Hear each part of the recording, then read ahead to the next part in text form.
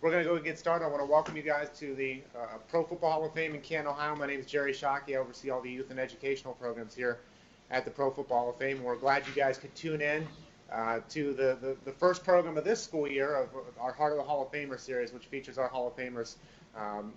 We got a number of them set up throughout the course of the year, so we're excited to be able to offer this and be able to start off with one of my favorites, Hall of Famer Joe DeLamielleure, and we are glad that he could be here and be part of this. But before we get into all the introductions and all that stuff, I just want to kind of go through some of the people that helped make this program possible, because without them, this broadcast here today would not be possible. We first have to give a special thanks to our good friends at Cisco, Michael Purcell, for helping to set this up in the Charlotte area.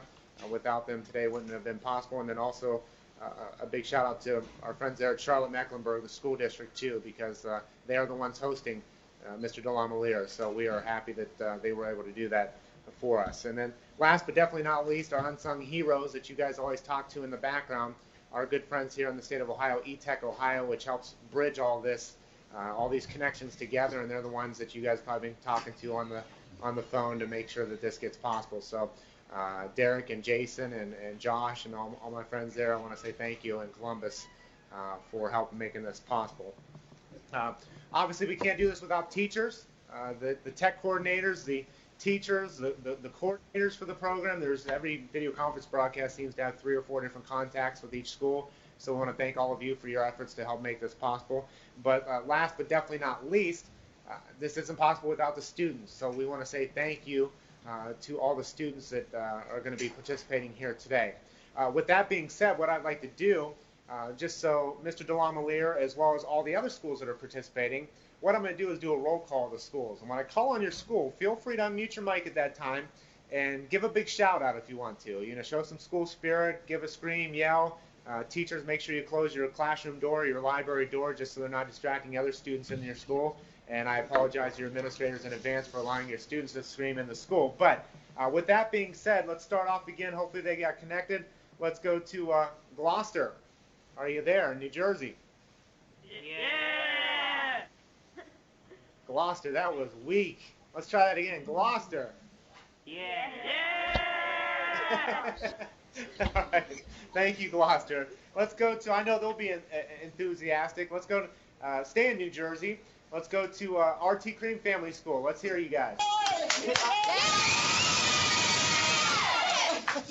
I can always count on RT Cream to be enthusiastic, so thank you. Go ahead and mute your mics there.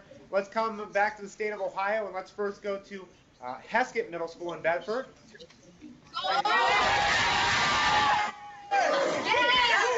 right, we got the entire football squad there. I like that. And I see you guys have Michigan State colors, so Mr. DeLamielleure will be pretty pleased with that as well. So glad you guys could tune in. And let's go to Bedford High School. All right.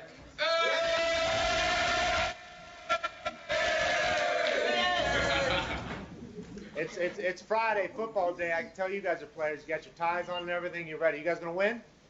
Yeah. I like to hear. That's what we do, Coach. I like to hear. Go ahead, Bedford. You can mute your mics. Let's go to Decatur Middle School in Texas. Yeah!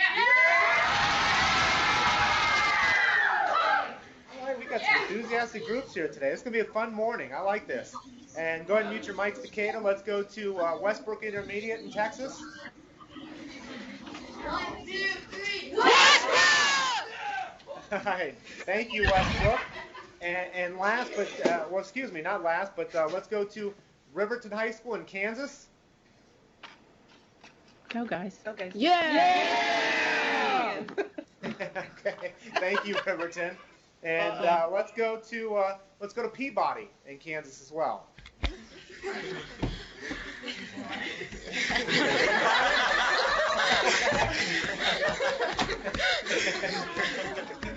I think we say that's the last one. Thank you, Peabody. Go ahead and mute your mics there at Peabody. So I want to thank all of you for tuning in. Again, this wouldn't be possible without you guys. I know a lot of you have done a lot of work beforehand, done research on Mr. DeLamielleure and his career. Some of the videos that we showed you guys, we sent to you guys about some of the off-the-field things that he's done. So hopefully you guys have had a chance to take a look at that. And judging by the questions you guys sent me, we're very excited to get this program started. But with that being said, I would like to introduce our featured speaker here today, and that's Hall of Famer Joe DeLamielleure. He was born March 16, 1951, in Detroit, Michigan. He was selected by the Bills in the first round of the 1973 draft, and he was an All-America at Michigan State. He won all rookie honors. He was durable. He played in 185 consecutive games, which is quite a feat, obviously, in knowing how much contact there is in the National Football League. He anchored the Bills' famed Electric Company offensive line, which that line that he anchored helped O.J. Simpson become the NFL's first 2,000-yard rusher. You may have known Chris Johnson did it a couple years ago. O.J. did that a number of years back in 1973. He was selected All-Pro and All-AFC from 1975 through 1980. He was named to 6 Pro Bowls and also named to the NFL's 1970s All-Decade team. Now, that's a little bit about his on-the-field accomplishments. So let's talk a little bit about some of the off-the-field things he does, because I think what you guys will find is, we can't all be a pro football player. We can all go on to excel at other things in life, but, we can't all do those things. We might be able to do that. But there's some things on the off-the-field that I think we can all do. And I think you'll even find his off-the-field stuff is probably even more remarkable than what he accomplished on the gridiron. So with that being said, Joe currently spends his time trying to assist many charities. In the spring of 2009, get this, he and 2 of his college roommates biked from Michigan State, which is in Lansing, Michigan, to Matamoros, Mexico, to help raise money for the City of Children Orphanage that was founded by John Shinsky, who is a fellow teammate and a friend of Mr. DeLamielleure's. Also, he volunteers with Allegro, which is a foundation for handicapped children, and he most recently played in a charity golf outing for that. He will participate in the Polar Bear Plunge, so the folks up in Bedford, make sure you tune into that. It takes place in Lake Erie to help raise money for the Special Olympics. There's also the first annual Joe D. March of Dimes golf tournament that raised $70,000. In the future, he's hoping to raise enough money to climb, get this, Mount Kilimanjaro to benefit the wounded warriors. In addition, he uses his time to advocate for the pre-1993 retired NFL players for their pensions. And Joe also works with his son using his Joe D exercise bands to teach classes and help improve their overall agility and physical strength and abilities and just improve their overall quality of life. So with that being said, I would like to go to a quick video of Mr. DeLamielleure and his playing days.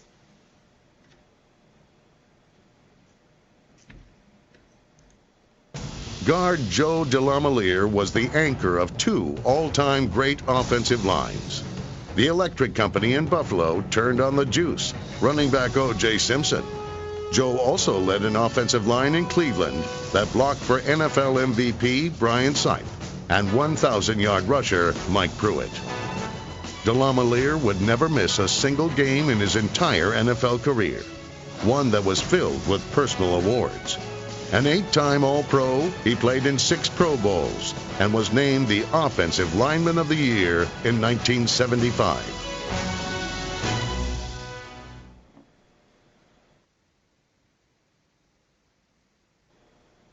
And if all the schools could unmute your mics for a second and join me in giving a round of applause to class of 2003 Pro Football Hall of Fame inductee, Joe DeLamielleure.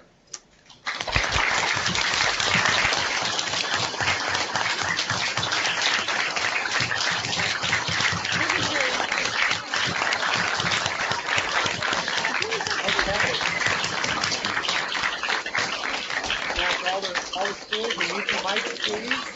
And Mr. DeLamielleure, if you have any opening remarks you would like to share, feel free to do so now. Well, I'll try to keep this interesting because I know when I was a child or a kid sitting on the other side of this, I just pray to God that this guy isn't a boring, slow, no sense of humor speaker. So I don't want to be one of those guys. So I will answer a lot of questions today. I feel very comfortable in front of children because I'm still childish. I have 6 children of my own. I have 9 grandchildren, same wife. So that's a feat in itself right now, playing in the NFL. But I'm very fortunate. We also raised 3 other boys, 2 African Americans and a white kid. So, and I have 2 Korean boys that I adopted. So we're multicultural and multicolored, our grandchildren. So I've had a good life, and I like children, like kids. I worry about what's going on in this country sometimes when you hear about all these gangs and things like that going on. But the majority of the people are great, and the majority of the kids are great. It's the 1% or whatever who give guys a bad name or kids a bad name. And growing up in Detroit, like you kids, I'm a big Tigers fan, and they beat the Yankees last night, so I am thrilled. And the Lions are 4-0, and the Bills are 3-1, and Cleveland's doing pretty good. So I'm living a charmed fall this year. But if we have any questions, Jerry, I'd be glad to answer them. And I think the kids will understand that a lot of things, I always tell kids, they'll say, oh, you're a great player, this. Luck has a lot to do with it. Being in the right place, right time, having the right coaches, right teachers, that's the most important thing that happens in your life. And I always told my kids, the most important people in your life, sometimes you think it's songs or movie stars or whatever it is, but if you think back on your life, and your kids, you students think of who's important in your life right now, you don't know who won the Oscar 5 years ago or 3 years ago or 2 years ago, but you do know who your best teacher is, your most favorite teacher, and you know your best friend. So if you have great teachers, great friends, your mom and dad, those are the things that are important in life, not all this fluff that goes around what the media tries to make you think it is. But if there's any questions, I'd be glad to answer them. Okay, and before we go to those questions, one thing I would like to encourage you guys to do, the real point of this program, Heart of a Hall of Famer, is we talk about those 6 core pillars that you guys have studied: the trustworthiness, respect, responsibility, fairness, caring, and citizenship. That's the real focus of this, is that what it took to get in the Hall of Fame beyond just the athletic ability. Because one thing that could be said about most of our Hall of Famers, if their God-given ability didn't lie in pro football, they would have been Hall of Famers in something else, whatever the life endeavor was thrown at them. And you see, like Mr. DeLamielleure, someone who's achieved so much off the field, even though he's got that offensive lineman mentality, you just go through, do all the work, and really never get any recognition most of the time. Obviously, he got inducted in the Hall of Fame. That's some big recognition. But, this is the real point of it, is that those core pillars, that's what made them great. And what will continue to make them great in all areas that they go into, whether it's being a great pastor, being a great plumber, being a great husband, wife, friend, being a great citizen of your community, being a great citizen of the country. At the core is those 6 core pillars of character. So what I encourage you guys to do today, and judging by the emails that I got from you guys of your questions, I encourage you guys to ask those challenging and thought-provoking questions to really learn about Mr. DeLamielleure, because I think most of you will find he was a student just like you guys, sat in the same chair as he said, as you guys. So with that being said, the order of the questions that we're going to go to today, Gloucester is going to be first, so Gloucester, get your questions ready there. But then we'll go to Cream High School after that. We'll go Heskett Middle School, Bedford, Decatur, and Westbrook, okay, and then Peabody. So let's go with Gloucester. Let's go to the top so we can get a bunch of questions in. Go ahead, Gloucester. First round we'll go 2 questions, then we'll see. We might go 1 or 2 the second round as well. So Gloucester, if you got 2 questions, go with your first one. Hello. As a kid, did you ever think you'd make it into the NFL Hall of Fame? What did you say, Jerry? I could hardly hear it. Go ahead and speak up there, Gloucester. As a kid, did you ever think you'd make it into the NFL Hall of Fame? As a kid, did I ever think I'd make it into the NFL Hall of Fame? No way. I didn't even go to kindergarten.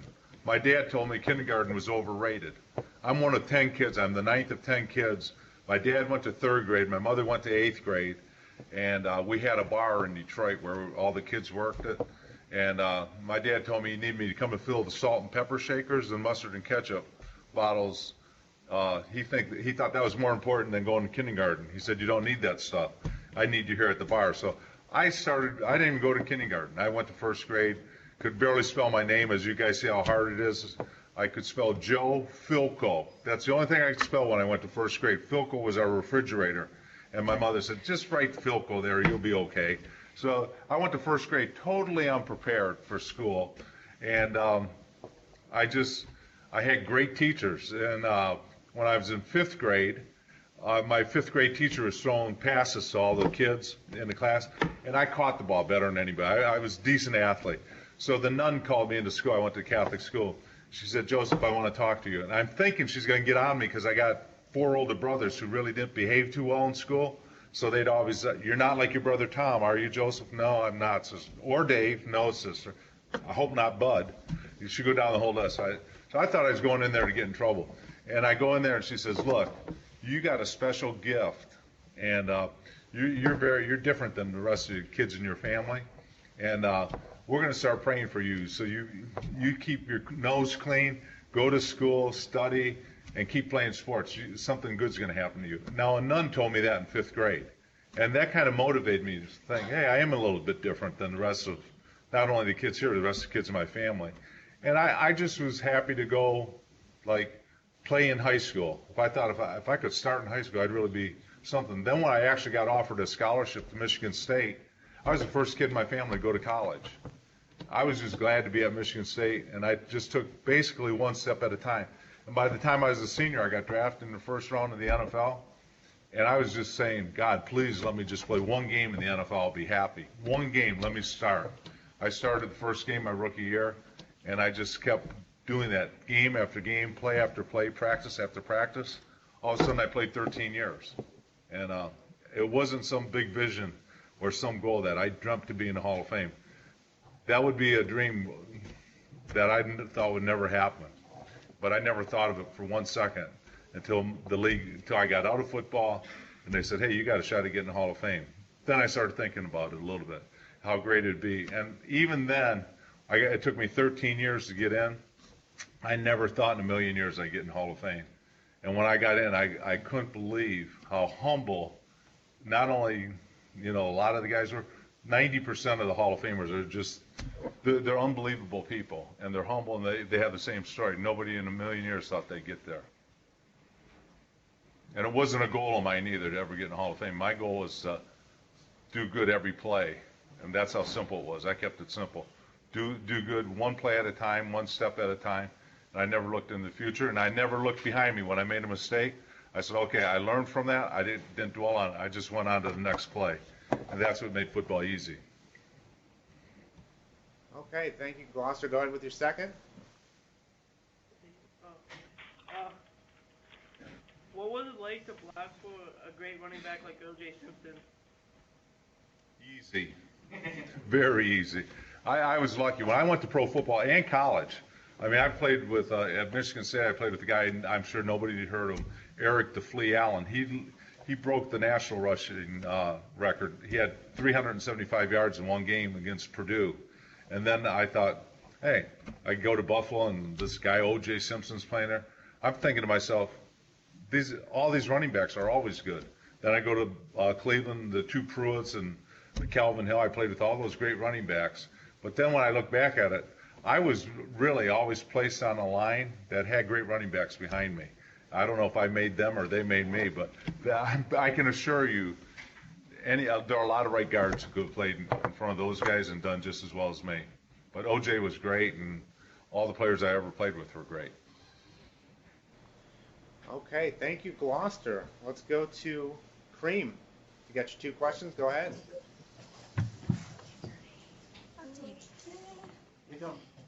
Hi, my name is Catherine. What was it like to score your first touchdown? What was it like to score my first touchdown? That was in high school. And I play a position where you won't believe this, guys. I went one year, 1982. I played football, and I was getting paid to play football. So I told my kids, I'm going to play football, get paid this whole year, and I'm not going to touch a football. So I went the whole year without even touching it. Guys would throw the ball at me, I'd duck, because I wanted to see if I could go a whole year, get paid from the National Football League, and not touch a football. And I did it. But I scored my first touchdown in high school. I played fullback and linebacker in high school. Next question. My name is Vaughn. Did you ever take on a leadership role as a youth? Say that question again. Did you I ever didn't- I take on a Did you ever take on a leadership role as a youth? A leadership role as a youth? I don't really. No, things just evolve. My mother and father always taught me this: you respect people. My mother always said, you treat the janitor in the school and the principal or the pope or the priest or whoever you are, you treat them exactly the same, and then you'll have respect for people. You don't look down or don't be in awe of somebody who's way above you either. Treat them all with respect, and that's one of the pillars. Well, there's a bell right here. The bell went off, but to me, that's one of the 6 pillars. But I think that's the first one, with respect, because if you have respect, everything else kind of falls into place, in my opinion. So I never tried to be a leader. I just respected my friends, the teachers, people around me, my teammates, and I guess I was a leader because I think I was captain of about 8 of the 13 teams I played on. Thank you, Kareem. Let's come to Ohio, the Cleveland area, Mr. DeLamielleure. We got Bedford. Go ahead, Heskett, if you have a couple.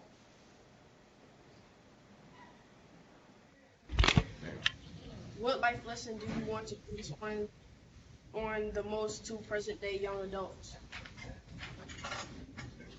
Jerry, could you repeat that question, because I can't hear it as clearly as you can. I couldn't hear it. You guys can. What life lesson do you want to pass on to present-day young adults? What lessons do I want to pass on? Yeah, Go ahead, yeah. Jerry. Yep. Go ahead. You got it right, Joe. What do I want to pass on to young adults? What life lessons I do? Well, I have 6 children. Like I said, I raised 3 other boys, and I'm one of 10, and my wife's one of 8. I think the most important thing you teach people in general is respect. That to me is, if you respect other people's feelings and what they do for a living, and realize that everybody's different, but for the grace of God, you have, there's some people who just can't get it together their whole life, whatever that may be. That I don't think anybody wants to be unemployed, or I don't think anybody wants to be not popular, but it just happens. But if you, as a person, accept this and respect everybody for what they are, that's what I try to pass on to my kids, my family, my children that I teach, and my grandchildren.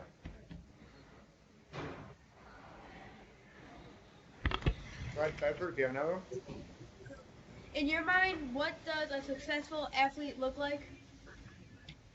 In my mind, for a professional athlete, he looks like now very rich. He's wealthy, these guys now. It's a different game than when we played, but it doesn't matter whatever era you played in. To get to that level, to be a professional athlete, you have to have a lot of discipline and you have talent, but the most talented guys don't always play. You can't tell me that Tom Brady is the most talented quarterback playing. I think he ran like a 5.4 40. His hips are wider than his shoulders. I mean, there's some special people. When I played in Cleveland, we had a guy named Brian Sipe. He was MVP of the league. And you look at him and you say, there's no way that this guy is a professional quarterback. But what they do is they find a way. A lot of guys are smarter. They find out when you get to the professional thing, the best players are not always the biggest, fastest, strongest. They're the guys who endure. They're the guys who nothing stops them. I really admire, you guys might know a guy named John Randall, and I think he's doing one of these things. To me, he was one of the greatest players to ever play. He's a defensive lineman. That'd be the guy I'd play against, a tackle. And I played against Joe Green, Merlin Olsen. Those guys are unbelievable players. But John Randall came over. He overcame all kinds of obstacles. He's not even a big guy. He's probably weighs about 280, which seems big, but most guys weigh 320, and he's probably 6'2" or 6'1", and he didn't even get a scholarship. I think didn't even get drafted. Came in as a free agent, and he made it from free agency, not even be able to get a scholarship in college. He went to Texas A&I, I believe, to one of the greatest players, I feel the greatest defensive tackle ever play. Sue is going to give him a run for the money, the kid from Detroit. But there's a guy who came from a town, I think his town was only like 200 people or something like that in Texas. So there are all kinds of stories like that in Hall of Fame. In fact, in the Hall of Fame, if you go through all the guys, I'd say most of the guys overcame a lot of obstacles to get to where they were. Very few are like, Roger Staubach, number one guy, and this, there's a few quarterbacks like that, but most players overcame a lot of obstacles to get where they're at. Okay, thank you, Heskett. And let's go to Bedford. Bedford High School. Could you please talk to us about your favorite pillars of character and tell us how it applies to your football career and family life? Well, all 6 are important, but like I said in the first one, the most important thing I think you can have in the 6 pillars is respect, because with it, everything else kind of falls in line: responsibility, citizenship, caring. I can't rattle off all 6, but that's pretty close. And respect to me is at the top of the list, because if you respect your opponent, if you respect your teammates, respect your coaches and teachers, everything's going to fall in place for you. That way you're not, crying about every little thing that goes on. This guy doesn't like me. That guy, I'm better than him. Respect whoever you're going against. Respect your opponent, and you'll go a long way. I think when you get overconfident, I like the NFL because, and college football, but really the NFL more than anything will show you. It's like a microcosm of your life. How many guys have believed that there was no way that the New York Jets weren't the best team in football? When it started this season? Well, guess what? They thought they were. Rex Ryan talks like they're the best, but they're not the best because they don't show it. And to me, when a guy like Rex Ryan and people like that get up and start talking trash, and he's never done it himself, the guy's never played pro football himself, but he talks to pro football players with no respect, the opponents. And I think that gets the opponents ticked off, and that's why I think everybody plays the Jets so tough, because it's not that they're mad at the players, they're mad at that spoken word that's coming out from a guy who hasn't played.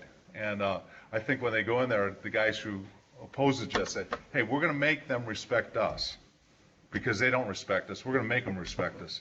And now the Jets are 1-3, and they're scrambling. And maybe he'll learn a lesson as an old football coach to learn when to praise people and know how to take praise. But that's a good example of somebody being overconfident and having no respect for other people. Go ahead, Bedford High, if you have another one. Hold on. They say that sports is a vehicle for character building, responsibility, and maturity. How helpful was sports to you in developing character, being responsible, and displaying maturity? Well, I think if you have the right coaches, they teach you that responsibility comes with, and I use this word respect all the time, but responsibility is, my mother always told me and told the kids in our family, with much is given, much is expected. If God has given you a lot, then much is expected of you. And if you have a lot of ability, or everybody's got different talents. Some kids are artistic, some kids are physical, some kids like to play music. Everybody's got a talent. And what you do is you respect their talents. And it's that easy. I grew up in a family of 10. I keep saying that because I love being in a big family because it taught me pecking order. You guys ever hear of pecking order? It's like, where you stand in the family. You don't stand in the family you're not going to be on the top of the family because you're a bully. That's not going to work because all the other brothers and sisters will gang up against you. Hey, we're not going to listen to this guy. You get respect first. Then you get respect by teaching people, being an example for them. Those are the things that earn you respect. You don't get respect because you go up and tell some guy, hey, I want you to respect me. That doesn't work. You have to earn that respect. And that's what I like about sports. Because guys can talk all they want. Doesn't matter. You talk about I'm this, I'm that. You're nothing until you show them. And that's how it is when you grow up in the neighborhood and when you grow up in the school. I grew up in Detroit. Don't go tell people in Detroit you're a tough guy. Then you're going to have to prove it day in and day out. just show respect, treat people the right way, and you'll get along fine. Thank you, Bedford. Let's go to Texas, Decatur.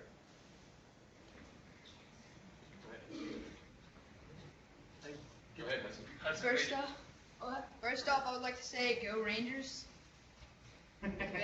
We'll see. There's a guy with no respect. You're doing it. That's what I'm talking about right there. Sit down, man. No, I'm teasing you. I'm a Tiger fan. My question is, how did you get the nickname Electric Company? Actually, a kid who was about 8 years old, the guy who was the publicity director for the Buffalo Bills, there was an old cartoon called The Electric Company, and they used to call O.J. Simpson the Juice.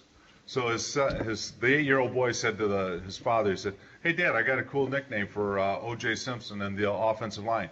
Call him the Electric Company because they turn loose the juice."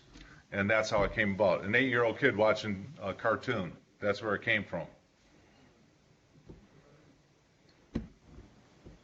Go ahead if you have another indicator. Got another question? Yeah. What was your most memorable moment while playing football? My most memorable moment of my whole career was the New England Patriot game. Was my first game we played. It was my rookie year, and we played in New England. And when they're introduced, they said they're going to introduce the offense, where they introduce you individually and you run out on the field. And I thought to myself, "Holy cow! I'm playing in the NFL." I never thought this would happen in a million years. My mother and dad I'm the 9th of 10 kids. None of the kids went to school. My dad, I think he was 43 when he had me, and my mother was in her 40s. So could you imagine somebody having a kid at, like the dad being 43 and the mother 41, and they have their 9th kid, and to think 21 years later that kid's going to be playing in the National Football League when none of their other children even went to college? That's what I was thinking about when I ran on the field. Like, good God, I bet you my mom and dad can't believe this, because I can't believe it. And that was my biggest thrill my whole life, to actually say, man, I'm starting in the NFL. And I think, I haven't been chiming in too much because they've had such outstanding questions from the students, but I think one of the things that I think you guys can kind of gather from Mr. DeLamielleure here is obviously he's big on respect.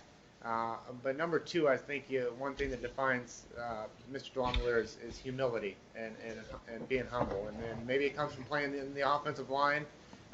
Maybe it obviously comes from his family as well. You do have to humble yourself when you're in a family that large. But I think those are two great words that kind of summarize Mr. DeLamielleure: respect and humility. And I think those are two key things. We can all have respect and humility. Our schools will be better. Our states will be better. Our country will be better if we all have respect and humility for each other. So, I think I just keep hearing it over and over again, and just the way he phrases things. He didn't know he would do this. He was just glad he got in the football field, took it one play at a time. Those are all statements of humility. And that's the one word that I know, because I've known Mr. DeLamielleure now, well, since you got inducted in 03. And he's not just talking on the camera for you guys. He lives this way, is in respect and humility. So I just wanted to throw in my 2 cents there. Thank you, Decatur.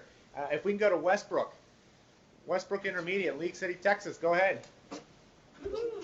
If someone has tremendous talent but does not have very good character traits, do you think they should still be in the Hall of Fame? Should character count to be in the Hall of Fame? That's what you're asking. I say yes. Right now, I don't think there's a bylaw for that. If you can do whatever you want. But I think with knowledge comes responsibility, and when you're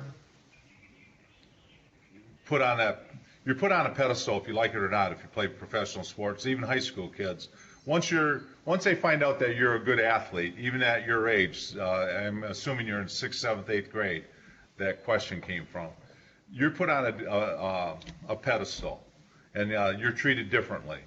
And if you let that go to your head, all of a sudden you become a real jerk. Nobody will say anything. Hey, he's a good athlete, but what a jerk he is. And that's the way it is. But I think that character does matter. And I think 99% of this country, it matters too. But it's politically incorrect to say something like, oh, he deserves this because, this and that. No.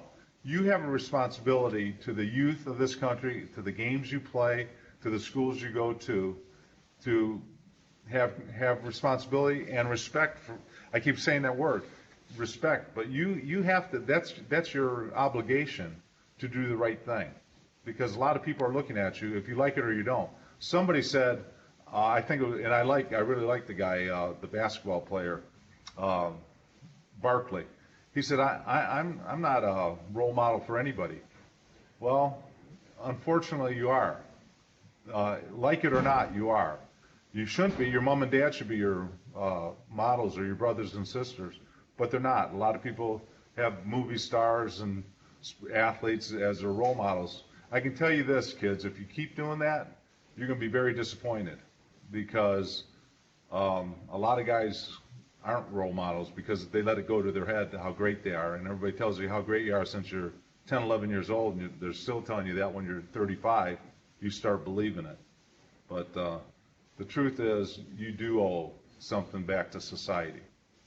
That's my opinion. Okay, Westbrook, if you have another one.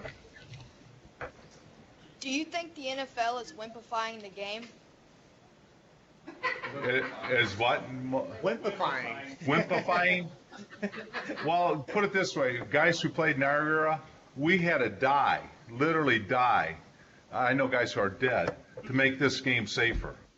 And, when you start talking about concussions, head slap, there's no wedge, there are a lot of rules changed that we played under and I played under that are changed that I think are good. I don't think they're just making it a sissy sport. I think the kids who play now, I think they're better athletes. High school players are much better than high school players when I was in school. The game is getting better, and you have to have rules to make it safer. Why would you, if you know that something's wrong, I say that all the time, with knowledge comes responsibility. If you know that a head slap is going to make you deaf in your left ear, which I have 60% hearing loss in my left ear from a head slap. The guys used to slap you in the side of the head. Well, it's from concussions and head slaps that I can't hear 60% of my left ear. It's a real handicap to me. And if there's a guy who gets clipped where you chop block somebody and now he's walking around with an artificial knee, I don't think that's a game. I think they should clean up the game, make it as safe as they can. And the guys who say they're making it sissified are guys who haven't really been hurt bad yet, or you might talk to a young player in the league and say, they're making it too soft. Wait till you're 50, buddy, and then tell me how soft it was. I think they should respect the guys who built this game to what it is now. And I wish the owners and the union would respect the guys who built the game and made it as famous as it is now worldwide. And they're doing these rules for a reason, because the guys who played in our era are either crippled or dead, and they should keep doing what they're doing. Great, thank you, Westbrook. And we'll go Kansas, Peabody. If you got a question or two, go ahead.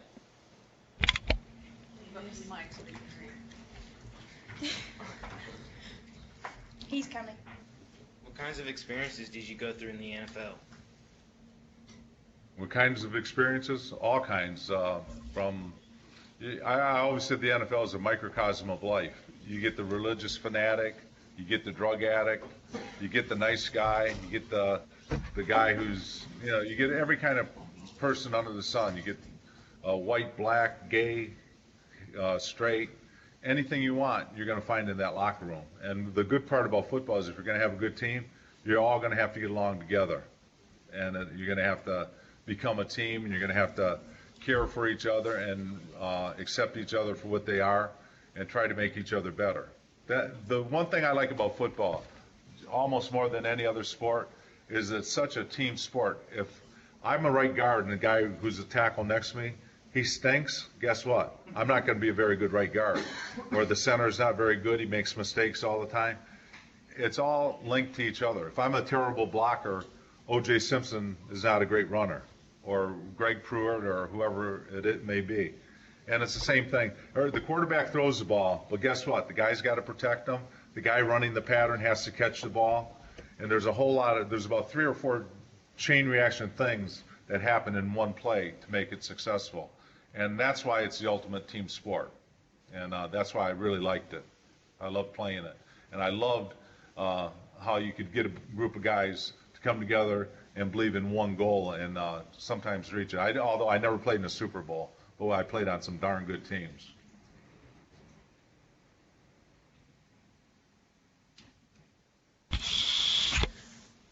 What was your salary the first year you played the NFL? My salary, I was the number 1 pick for the Buffalo Bills. My salary was $22,000. 22, 24, 26, 28, 30. My first 5 years in the league. Now that sounds like no money at all, but it was probably about 3 times what a teacher was making. It's nowhere near what they're making now. But guess what? When I made $22,000, me and my wife, we were dancing. Literally, I told my wife, "Hey, I'm making 22 grand." She stood up on the bed. "Hey, we're in the money. We're in the money." We were laughing. I said, "Oh my God, we're making $22,000 playing a stupid game. This is crazy." And but I know my wife. We went to first grade together, so we walked to school since 12 years of school. Got married at Michigan State. Gonna be married 40 years now.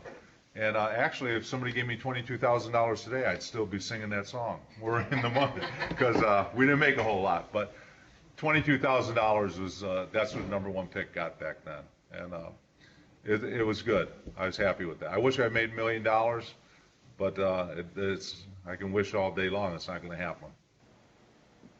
And Mr. DeLamielleure, thank you, Peabody. And we'll go back to the top. We're going to go back to Gloucester. We're going to go 1 question from each site after this, and hopefully be able to get through the whole list again one more time. But there's something to be said about that, Mr. DeLamielleure. Is not everyone makes the big money. Not everyone gets inducted in the Hall of Fame. Not everyone gets an A on the test, despite how hard we try. To say last year in the Super Bowl, the Green Bay Packers were the champions. Did the Pittsburgh Steelers work as hard during that season as the Packers? My guess would be yes. I mean, it would be. We don't always get that final reward. What do you have to say about what we can learn from those experiences?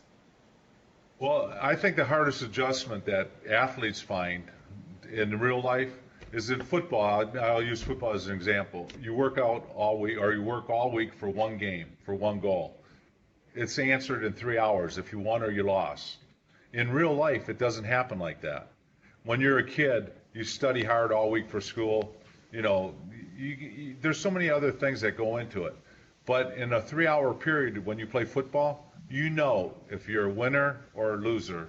And if you judge your life on one game or one season or one career or whatever, that's not good.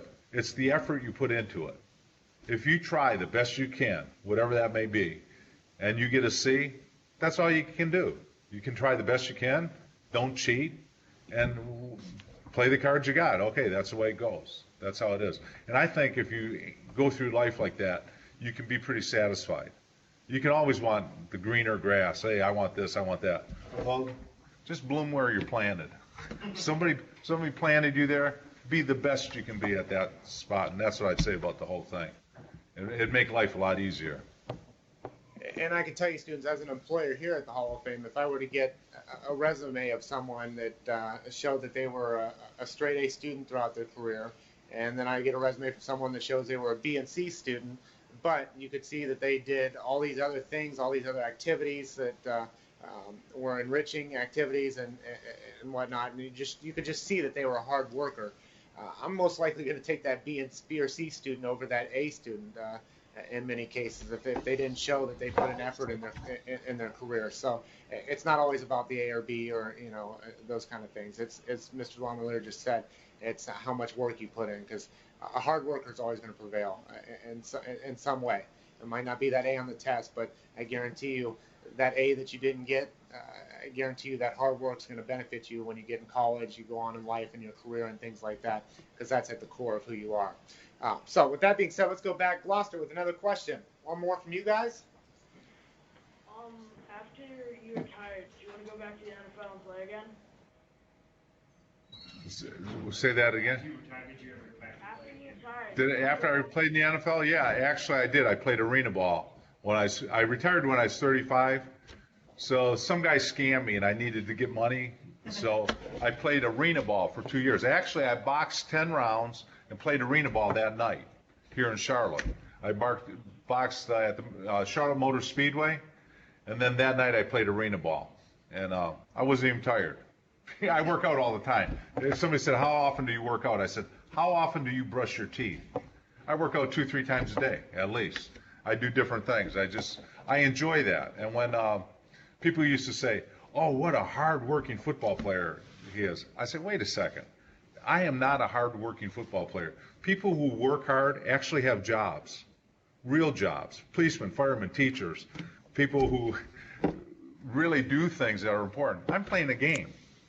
Well, I'm 35 years old. I got to play a game until I was 35. That is not work. What work is what your mom and dads do.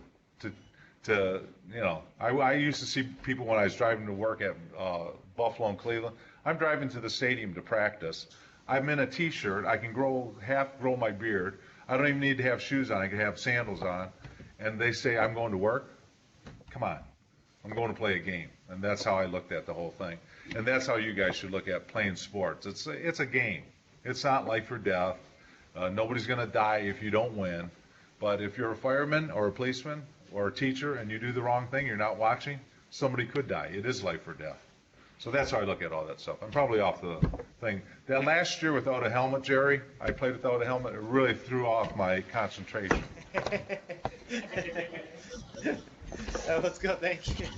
Thank you, Gloucester. Let's go to Cream. My name is Tatiana. What is your greatest accomplishment outside of football? My greatest accomplishment outside of football is simple. I've been married for 40 years. I have 6 kids, 4 of biological that I have myself, between me and my wife. We adopted 2 Korean boys, and we raised 3 other boys. And now we have 9 grandchildren. And that's what I accomplished. To me, if you can have a good family and keep them out of jail, and have that many kids and have them go to college and do the best they can, then you've accomplished something. I don't need money. I don't need anything. I just need, really, to have when a birthday comes around or a Christmas or a holiday, to have all your family there celebrating. And they don't think you're a jerk. Thank you. Thank you, Cream. Let's go to Heskett. Go ahead, Chris. Who is the hardest working professional player you have ever been around? Hardest worker who practiced the hardest? Actually, probably O.J. Simpson. I mean, everybody thinks that a guy is so talented, he's just so talented he doesn't have to practice that hard. He practiced every practice like he was going to get released from the team. And he was amazing because he won the Heisman Trophy. You guys don't see anything on him because of what he did in his after football career, but during his football career, that guy was an incredible player, probably one of the best players to ever play. So he worked hard, and that kind of taught me a lesson. He didn't have to say anything to me because when I saw a guy that talented practicing that hard, I said, man, I got a long way to go. And he was a good teammate for me. He showed me how to be a pro. Thank you, Heskett. And let's go to Bedford High School if you got another one. Can you compare and contrast your teams in Buffalo and Cleveland? What was their strengths and weaknesses? I couldn't hear that. Riverton, I think you got your mics unmuted. Riverton, if you can mute your mic, and go ahead. Back to you, Bedford High School. Can you compare and contrast your teams in Buffalo and Cleveland? And what was their strengths and weaknesses? The strengths and weaknesses of those 2 teams? Buffalo, we were definitely a running team. We run 5 plays. I hope your coaches are in there. We only ran 5 plays. I can tell you, 26, 27, 28, 29, and 10 and 11. You guys can guess where they were, up the middle, a couple off tackle and around the end.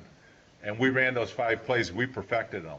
I mean, we knew exactly how to block it. We had it down pat. Then when I went to Cleveland, we were a passing team. Brian Sipe broke the record. We had the least number of sacks. I'm fortunate. I played on 2 teams. One that led 3 teams, actually. 2 teams led the league in rushing, and 1 team led the league in passing, also the least number of sacks. We only gave up 8 sacks that year, and we threw a lot of balls with Brian Sipe. One was a passing team, one was a running team. But the thing is, guys, I see you guys look like a football team sitting there with the ties on and everything. We played to our strengths. The coaches were smart enough to say, hey, they got a great running back, O.J. Simpson. Cleveland, we got a great passer in Brian Sipe. So they kind of built the team around those, the talents of those players. And good luck tonight. Yeah, I like that when you wear a tie. That looks good. I had to wear a tie my whole career. I went to a Catholic school. But guess what? My wife always said, yeah, they grade A for athlete, B for boy, and C for co-ed at the Catholic school I went to, because we won all the time. They didn't grade like that, but she claimed they did.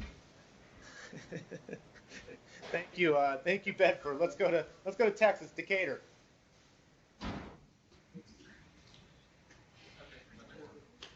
How has the NFL impacted your life? The NFL's, I'll always be considered a football player. Even though I'm 60 years old now, they always say, oh, there's Joe D. And you guys can call me Joe D. DeLamielleure is too hard to say. But they always say, oh, there's Joe D. He played football. I've had that my whole life since 5th grade. So all of a sudden, that's what you become. But I think sometimes people, once they get to know you, I know once they get to know me, they go, dang, it's hard to believe you played football.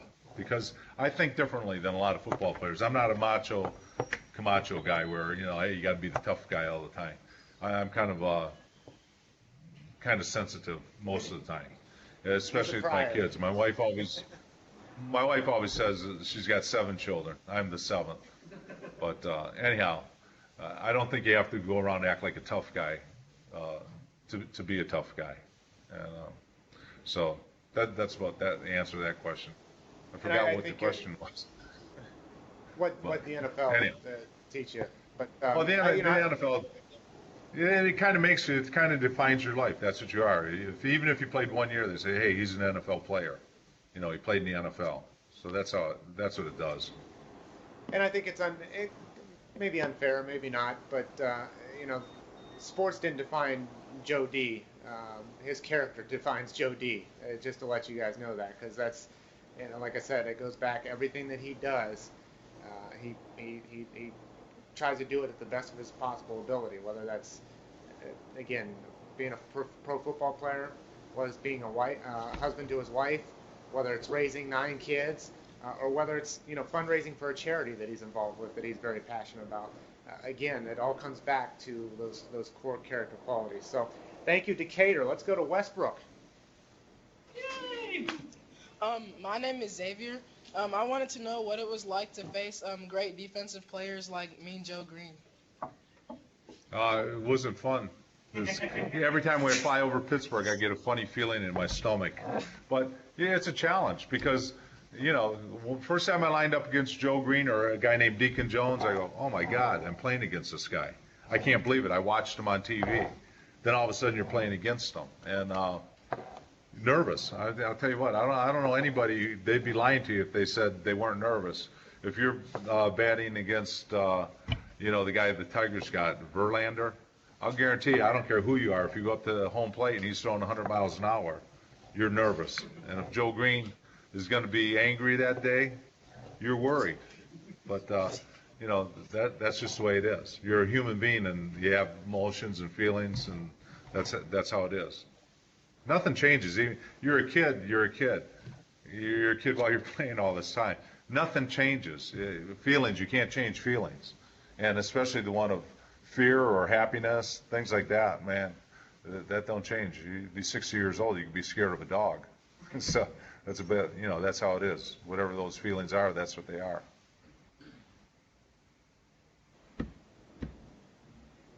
Okay, thank you, Westbrook.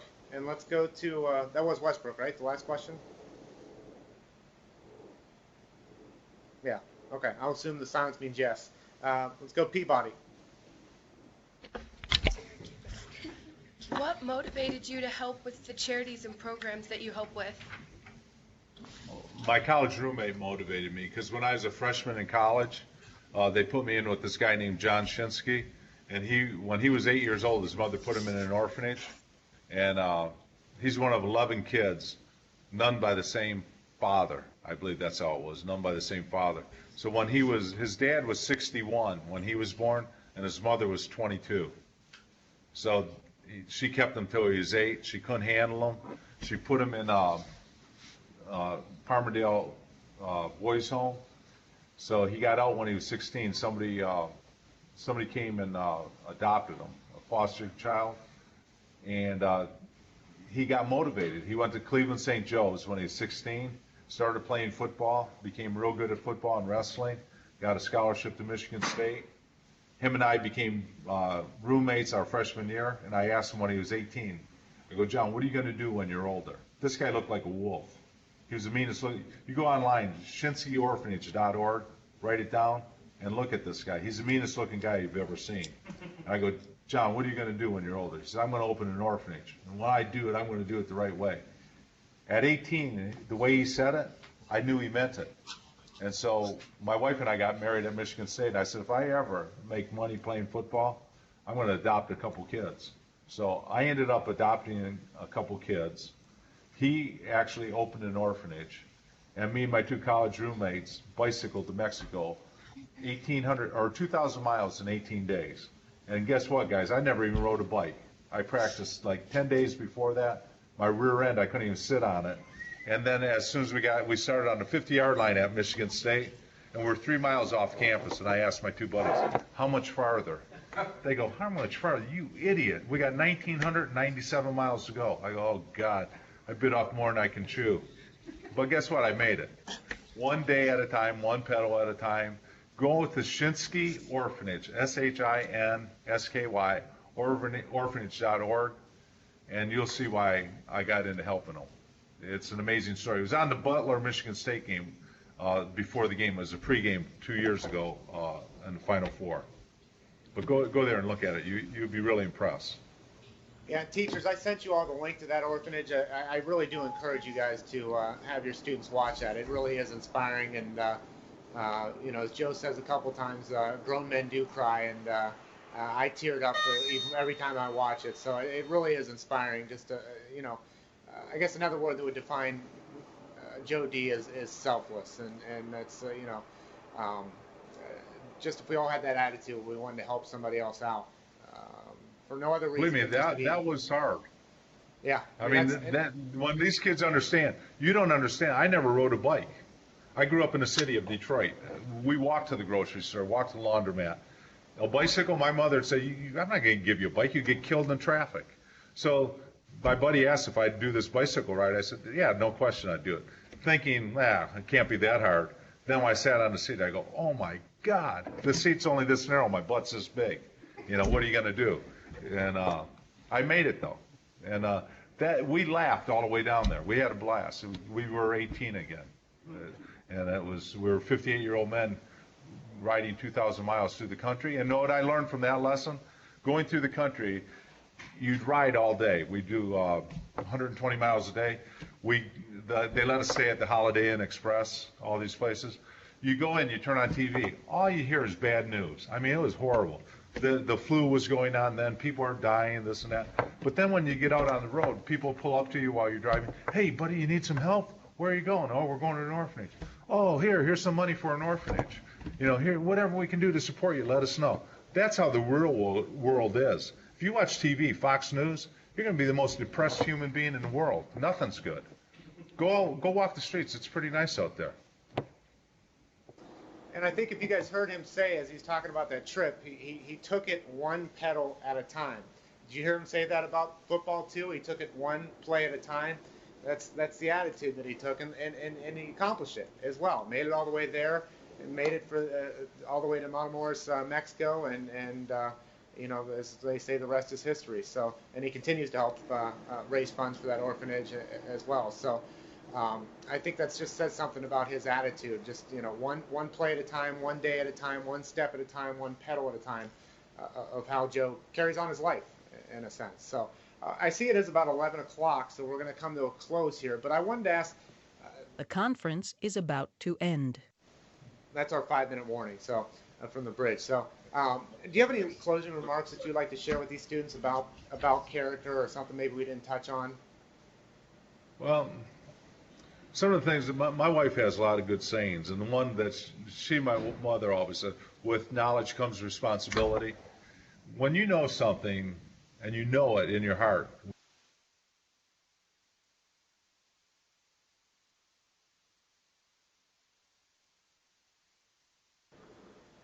Oh, I think they got disconnected there.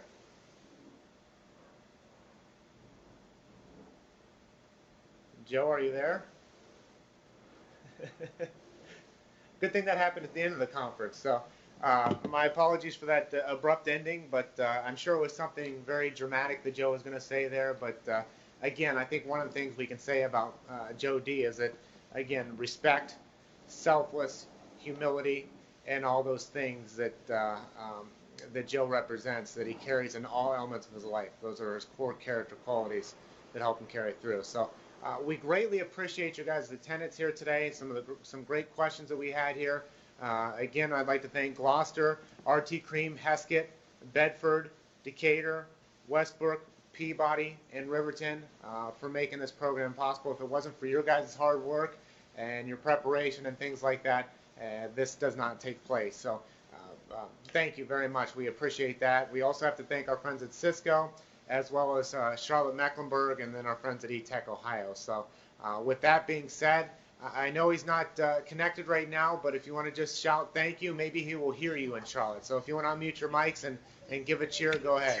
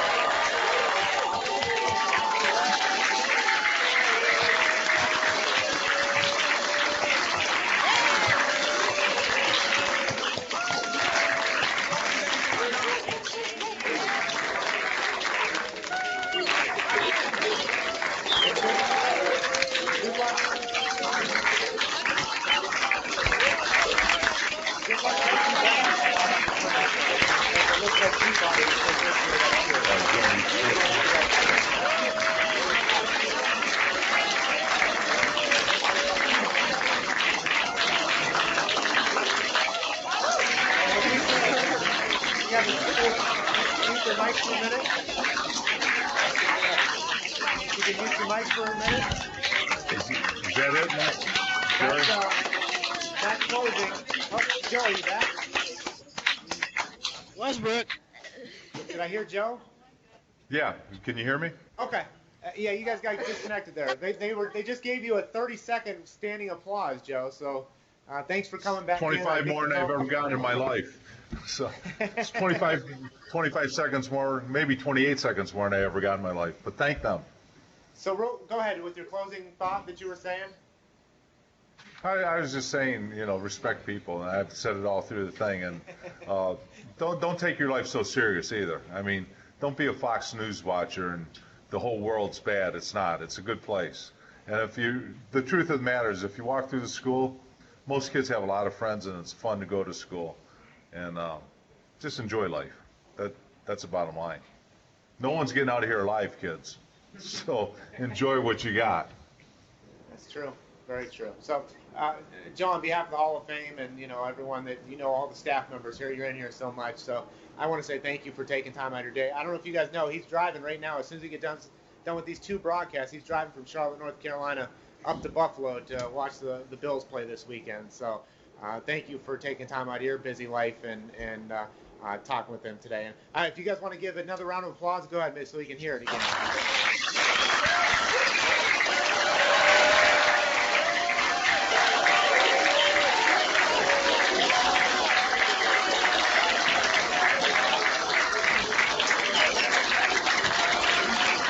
Hey, Jared. I want to give him a fight.